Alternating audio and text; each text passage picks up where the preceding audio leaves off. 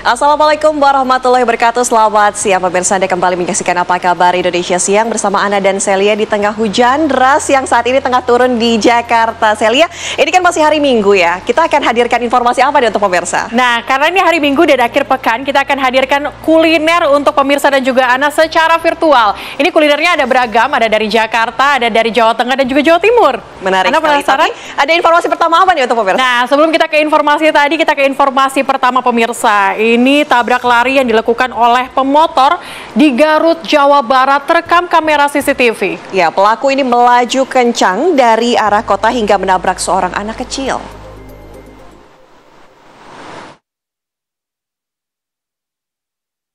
Inilah rekaman kamera pengawas yang memperlihatkan insiden tabrak lari di Garut, Jawa Barat. Seorang bocah laki-laki ditabrak pemotor dengan kecepatan tinggi. Insiden terjadi di Jalan Raya Semarang, Garut pada Sabtu sore kemarin. Korban bernama Robi Alamsyah langsung tak sadarkan diri usai terpental ditabrak oleh pelaku. Insiden ini terjadi saat korban menyeberang dan berniat melihat rombongan bus yang membunyikan klakson telolet. Namun, belum sempat menyeberang, korban langsung tertabrak motor.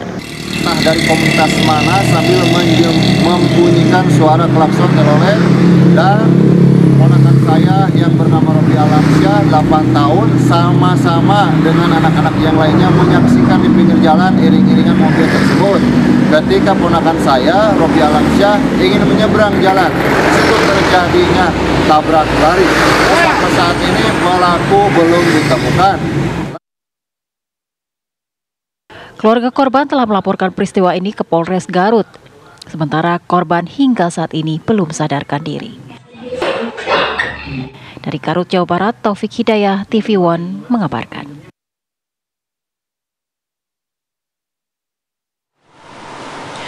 Ya, merasa sakit hati lantaran gaji belum dibayarkan, seorang karyawan rumah makan ini nekat menggasak barang-barang tempatnya dulu bekerja.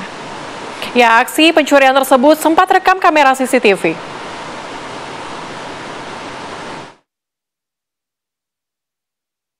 Inilah aksi ESL, 22 tahun, dan SA yang sempat terekam kamera CCTV saat menggasak kursi, genset, serta AC di salah satu rumah makan di Kecamatan Temon, Kabupaten Kulon Progo, Yogyakarta.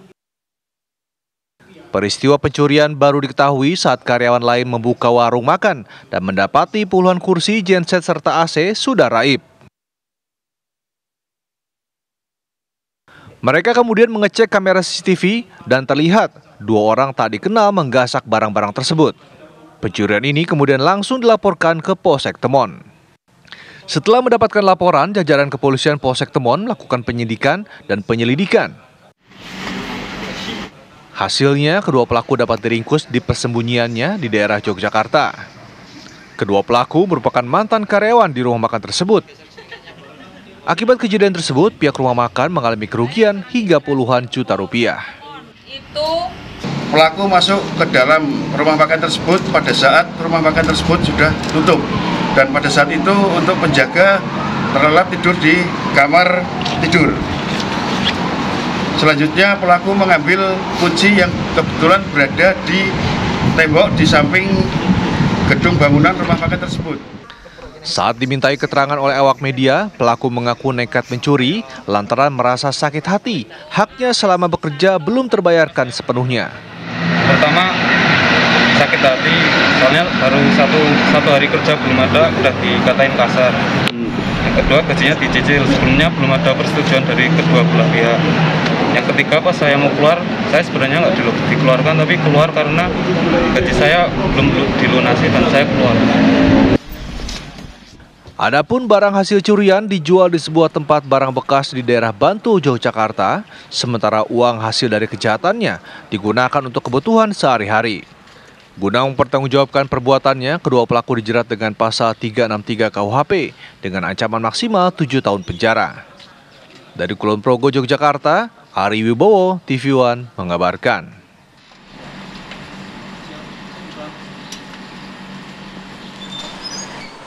Ya pemirsa, kita ke informasi lainnya. Ini aparat Satreskrim Polresta Pati, Jawa Tengah menetapkan 2 tersangka buntut pengeroyokan yang menyebabkan pemilik rental tewas.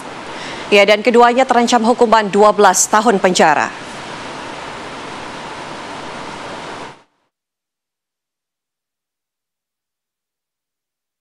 Kedua tersangka yang diamankan masing-masing berinisial EN dan BC, warga Desa Sumber Suko, Kecamatan Sukolilo. Keduanya berperan dalam penganiayaan bos rental asal Jakarta, BH, dengan melakukan pemukulan serta menendang dan menginjak korban. Keduanya dijerat dengan pasal 170 KUHP dengan ancaman hukuman 12 tahun penjara. Satreskrim Polresta Pati masih terus melakukan pengembangan untuk mencari tahu pelaku-pelaku yang lain. Sementara itu, polisi juga telah mengevakuasi mobil yang dibakar warga di Desa Sumber Suko, Pati, Jawa Tengah. Petugas harus berjibaku untuk mengevakuasi bangkai mobil yang terbakar tersebut, karena posisi mobil berada di jalan buntu di tengah hutan kawasan Pegunungan Kendeng Utara.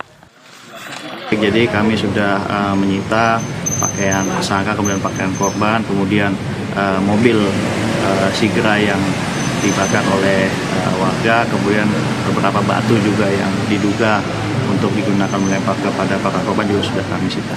Betul, jadi memang saat evakuasi mobil yang terbakar cukup sulit, namun saat ini kami sudah berhasil mengevakuasi dan sudah kami amankan barang bukti di Polresta Pati. Sebelumnya, BH, bos persewaan mobil dari Jakarta bersama 3 rekannya hendak mengambil mobilnya yang disewa seseorang dan belum dikembalikan.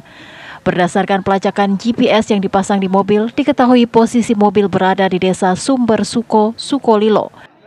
Ketika sampai di lokasi, BH membawa mobil tersebut dengan menggunakan kunci cadangan. Saat membawa mobil itulah, ada warga yang melihat dan meneriaki maling. Selanjutnya, korban dikejar warga dan dipukuli. Warga juga membakar mobil yang dikendarai korban. Akibat kejadian tersebut, BH warga Cempaka Baru, Kemayoran, Jakarta meninggal dunia. Sementara 3 korban lainnya dirujuk ke RSUD Suwondo Pati karena luka-luka. Dari Pati, Jawa Tengah, Abdul Rohim, TV One mengabarkan. Pemirsa, untuk memperbarui informasi terkini tentang kasus pemilik mobil rental yang akhirnya tewas, kami sudah terhubung via virtual dengan Bapak Haryanto selaku ipar korban. Selamat siang, Pak Hari. Selamat siang, Mbak. Pak Hari, kami turut berduka cita atas apa yang terjadi, namun apa yang pihak keluarga ketahui dari kronologi yang mungkin sudah polisi beberkan kepada pihak keluarga, Pak? Baik, Mbak.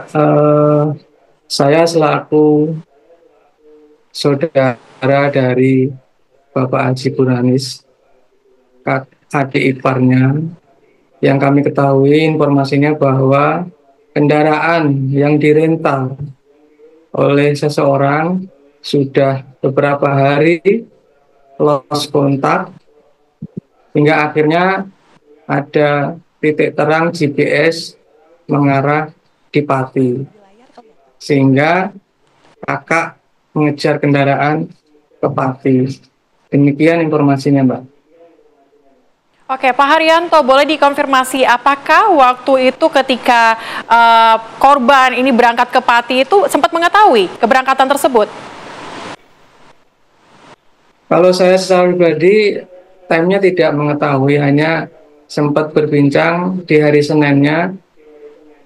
Unit sudah beberapa minggu bahkan bulan yang memakai tidak terkonfirmasi, sehingga mengejar titik GPS gitu aja, Mbak. Pada hari Seninnya, kejadiannya kan ini hari Kamis. Jadi kami untuk berangkat ke Patinya tidak mengetahui secara pasti. Cuman mengabari kepada kami ada 1 unit kendaraan yang lost kontak dengan pemakainya, begitu, Mbak. Oke, Pak Hari, kami ingin konfirmasi, Pak, untuk kendaraan yang kemudian disewakan ini dan akhirnya berada di Pati, Jawa Tengah, itu apakah memang kepemilikannya sudah beralih atau mungkin saja ada upaya untuk membawa kabur mobil tersebut oleh penyewa mobil? Sepertinya demikian, Mbak. Soalnya penyewanya sudah nggak bisa dikontak, sudah lost komunikasi. Sebenarnya juga sudah lebih dari 1 bulan sehingga kita karena lost kontak ya kita kejar unitnya gitu Mbak. Kita mengejar kendaraannya sehingga titik GPS-nya itu berada di Pati, begitu Mbak. Oke, Pak Hari, mungkin apakah Bapak mengetahui kemana menyewa mobil ini diarahin kemana waktu itu? Mau dibawa kemana Pak? Kalau detailnya kami kurang tahu Mbak ya, detailnya kami kurang tahu. Yang kami tahu itu kita itu waktu itu jam 11:30 malam, malam Kamis ya, malam Jumat maaf. Malam Jumat itu kita ditelepon dari Polresta Pati bahwa saudara Burhanis telah terjadi insiden kecelakaan, bahasanya seperti itu dari Polresta Pati, Mbak. Jadi kami yang dihubungi pertama adalah istrinya Pak Haji Burhanis, dan Pak Haji istrinya menghubungi kami yang ada di Kerawang, sehingga kami langsung meluncur ke Pati. Waktu itu hanya itu aja Mbak yang kami tahu. Oke, Pak Hari, begini, ketika melakukan pengejaran mobil tersebut, apakah sebelumnya juga korban ini, apakah Bapak tahu sempat melaporkan kehilangan mobilnya kepada pihak kepolisian? Ya, sudah buat LP. Sepertinya seperti itu Mbak, sudah buat laporan ke kepolisian. Hanya saja sepertinya koordinasi waktu di Patinya belum sampai melapor ke Polres, sepertinya ditanganin sendiri seperti itu kayaknya Mbak. Oke, Pak, waktu itu mungkin apakah Anda tahu berapa lama menyewa mobil tersebut?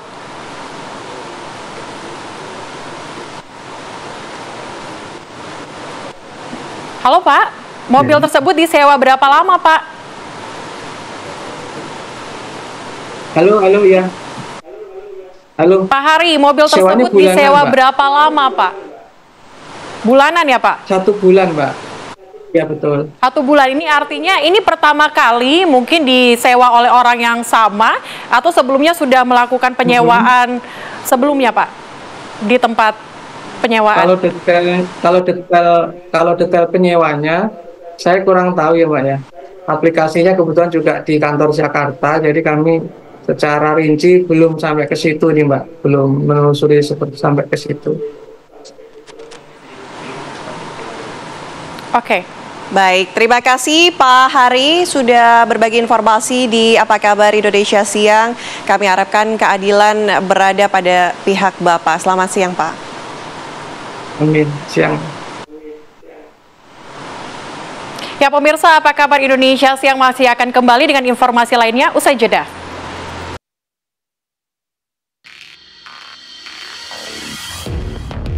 Kasus pencabulan anak yang dilakukan ibu kandung kembali terjadi. Kali ini, seorang ibu di Kabupaten Bekasi, Jawa Barat merekam aksi pencabulan kepada anaknya hingga tersebar di media sosial. Pencabulan yang dilakukan oleh seorang ibu berinisial AK 26 tahun kepada anaknya sendiri. Dalam video tersebut, pelaku memaksa kepada anaknya yang masih di bawah umur untuk melakukan aksi tak senonoh.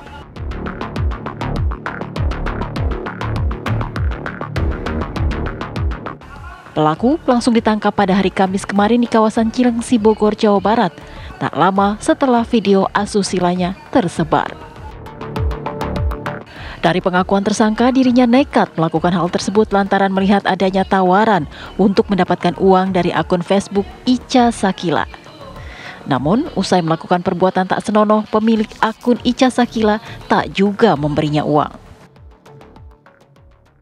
Awalnya tersangka melihat ada di beranda Facebooknya tersangka muncul transfer uang, orang yang memberikan uang, menjanjikan pekerjaan. Nah, kemudian tersangka AK ini melakukan komunikasi melalui Facebook Messenger ya, melalui jalur pribadi. Gimana caranya dapat uang itu? Ini inisiatif dari tersangka AK awalnya. Atas tawaran-tawaran dari DM itu, dari laman Facebooknya IS, laman Facebook ini sama dengan laman Facebook yang ditangani oleh Subdit Siber, sama. Ternama Ica ya, nama akunnya. Sebelumnya media sosial juga sempat digembarkan dengan video asusila seorang wanita dengan anak di bawah umur yang terjadi di kawasan Pondok Aren, Tangerang Selatan. Rupanya pelaku adalah ibu kandung dari korban sendiri. Usai viral, pelaku R 22 tahun menyerahkan diri ke kantor polisi. Kepada polisi, pelaku mengaku diiming-imingi seseorang yang tak dikenal di media sosial Facebook untuk mengirimi video asusila dengan imbalan uang 10 juta rupiah. Setelah video dikirim, orang tersebut menghilang bak ditelan bumi. 2 kasus ibu mencabuli anak kandungnya sendiri yang sebelumnya viral diperintahkan oleh pemilik akun Facebook Ica Sakila untuk merekam perbuatan cabul tersebut. Pihak kepolisian pun saat ini masih memburu otak dari kasus ini. Tim TV One mengabarkan. Ya, polisi telah menangkap pelaku di Cilengsi, Bogor, Jawa Barat Kamis kemarin. Bagaimana situasi terkini di rumah pelaku? Sudah ada rekan kami Margareta Novitasari di sana. Margaret, silakan. Bagaimana suasana di sana sekarang? Ya, selamat siang Celia, Ana dan juga pemirsa. Saat ini saya mengabarkan langsung dari rumah di mana tempat ini menjadi lokasi pembuatan video asusila dengan ibu berinisial AK dengan anaknya yang berusia 10 tahun. Dan memang pemirsa, jika dilihat di sini kondisinya rumah ini tampak sepi dan juga tertutup. Tadi kami pun juga sempat mengetuk untuk mencari tahu apakah di dalam ini sudah ada orang, namun memang yang kami dapatkan atau yang kami temui adalah rumah ini kosong sejak tadi malam. Dan menurut penuturan dari warga sekitar juga ini pemirsa, tersangka AK ini sudah lama tinggal di daerah sini dan saat ini tinggal bersama ayah, suami, dan anaknya. Dan untuk suaminya sendiri ini jarang pulang ke rumah karena memang tuntutan dari pekerjaan dan hanya seminggu sekali berkunjung ke rumah ini. Adapun untuk keseharian, AK ini dikenal baik kepada warga sekitar ataupun tetangga dan tidak memiliki masalah apapun dengan warga sekitar. Dan juga tadi kami sempat menanyakan bagaimana reaksi dari warga sekitar rumah ini. Dan mereka mengaku bahwa terkejut akan adanya video viral tersebut karena tidak menyangka tetangganya sendiri akan berbuat seperti itu dengan anaknya. Nah, dari penuturan warga tadi juga disebutkan bahwa kemarin polisi telah mendatangi rumah ini, namun memang tidak bertemu dengan pemilik rumah karena sudah kosong sejak kemarin malam. Dan untuk informasinya ini pemirsa, AK telah diamankan oleh Polda Metro Jaya sejak hari Kamis 6 Juni lalu dan juga saat ini masih dalam penyelidikan di Polda Metro Jaya. Adapun yang bisa kami sampaikan nih pemirsa, AK ini dapat dijerat atau terancam pasal berlapis dengan hukuman maksimal 12 tahun penjara. Untuk sementara demikian, Celia, Ana kembali ke studio. Terima kasih laporan langsung Margareta Novita langsung dari Cilengsi, Bogor, Jawa Barat. Dan pemirsa, untuk mengupdate kasus ini kami akan ajak Anda langsung berbincang dengan AKBP Henry Umar, Wakil Direktur Kriminal Khusus Polda Metro Jaya. Selamat siang Pak Henry. Selamat siang Mbak. Oke, Pak Henry, kami ingin tahu update terkini pengembangan kasus sejauh apa Pak saat ini? Apakah kemudian pemilik Facebook Ica ini sudah diamankan? Jadi kami sampaikan kepada seluruh pemirsa bahwa kami pastikan bahwa hingga saat ini untuk penyidikan perkara Akuo dengan tersangka R masih terus kita laksanakan. Jadi untuk persangkaan pasal tetap seperti yang sudah kami sampaikan pada saat press conference awal, yaitu kita terapkan persangkaan pasal yaitu pasal 45 ayat 1 untuk pasal 27 ayat 1 Undang-Undang Nomor 1 Tahun 2024 tentang perubahan kedua atas Undang-Undang 11 Tahun 2008 tentang informasi dan transaksi elektronik. Kemudian juga kita terapkan pasal 4 ayat 1 junto pasal 29 Undang-Undang Nomor 44 Tahun 2008 tentang pornografi, dan juga kita terapkan juga pasal 78I junto pasal 88 Undang-Undang Nomor 35 Tahun 2014 tentang perubahan dari Undang-Undang Nomor 23 Tahun 2022 tentang perlindungan anak. Kita sampaikan untuk sementara perkara saat ini masih terus kita kembangkan dan kita laksanakan. Kita pastikan bahwa setiap pihak ataupun setiap orang yang terlibat dalam perkara ini akan kita berikan pertanggungjawaban secara hukum sebagaimana diatur dalam pasal-pasal yang sudah kami sampaikan tadi.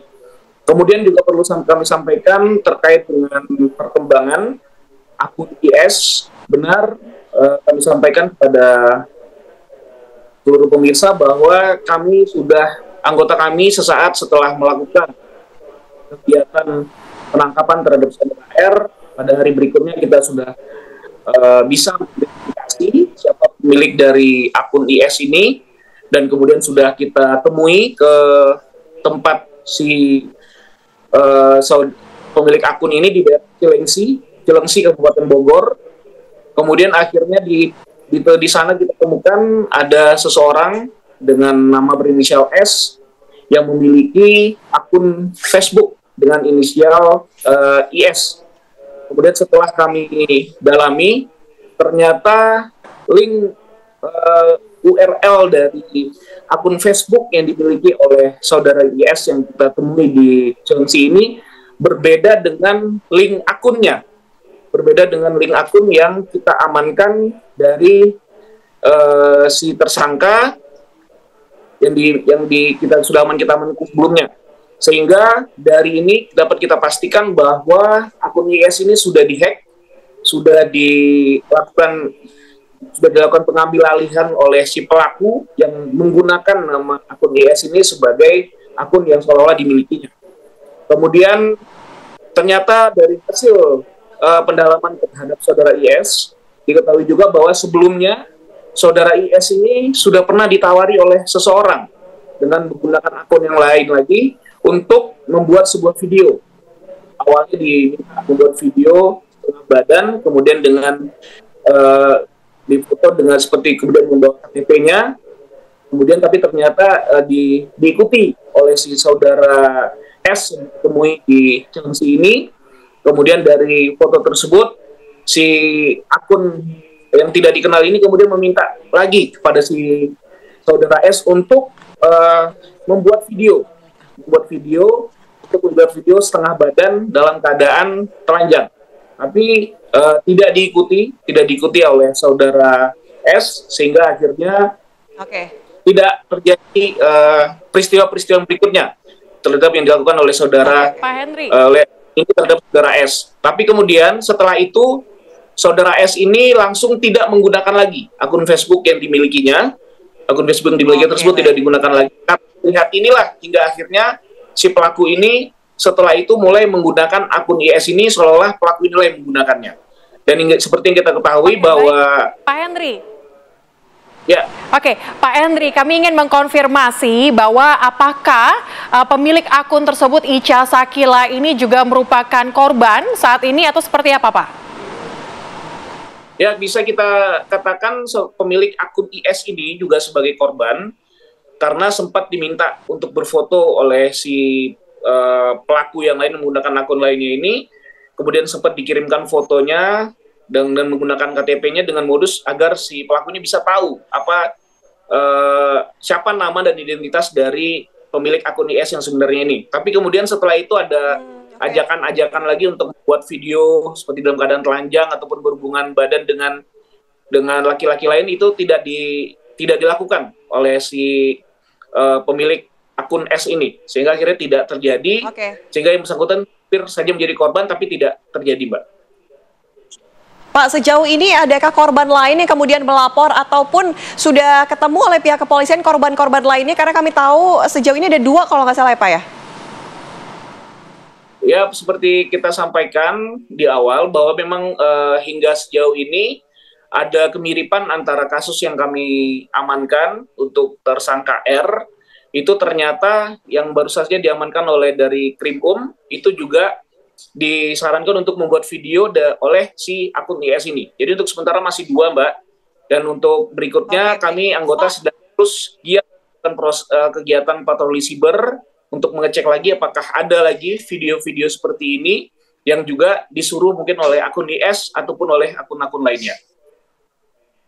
Baik, Pak. Mungkin singkat saja, Pak, himbauan dari Polda Metro terkait dengan kejadian video pornografi yang mungkin saat ini marak, Pak. Ya, betul sekali, Mbak.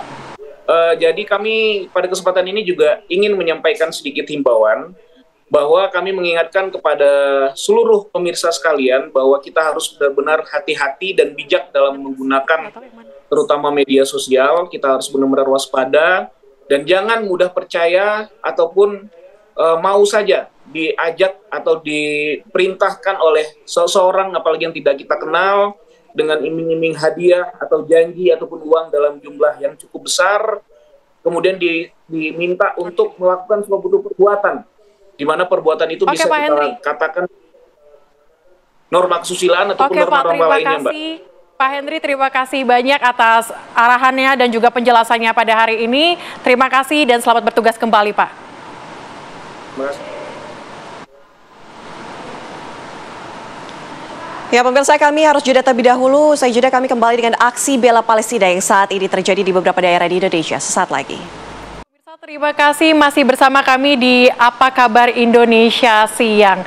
Nah Ana, kalau kita lihat sekarang ini di beberapa lokasi di Indonesia ini juga melakukan aksi bela Palestina ya? Betul sekali. Di hari hujan ini informasi yang kami dapatkan pemirsa bahwa memang masih ada aksi yang berjalan dan malah orang-orang semakin banyak untuk kemudian berunjuk rasa. Salah satunya di lokasi yang akan Anda saksikan di layar kaca ini di wilayah Patung Kuda, Jakarta, di mana saat ini sudah ada rekan kami Shena nanti akan mengabarkan kondisi langsung ya di sana. Tidak hanya di Jakarta, ada juga di beberapa daerah di wilayah Indonesia, salah satunya ada di Medan. Sumatera Utara ini juga melakukan aksi serupa pemirsa. Namun kita melihat ini merupakan salah satu bentuk perhatian dari masyarakat Indonesia untuk mendukung Palestina.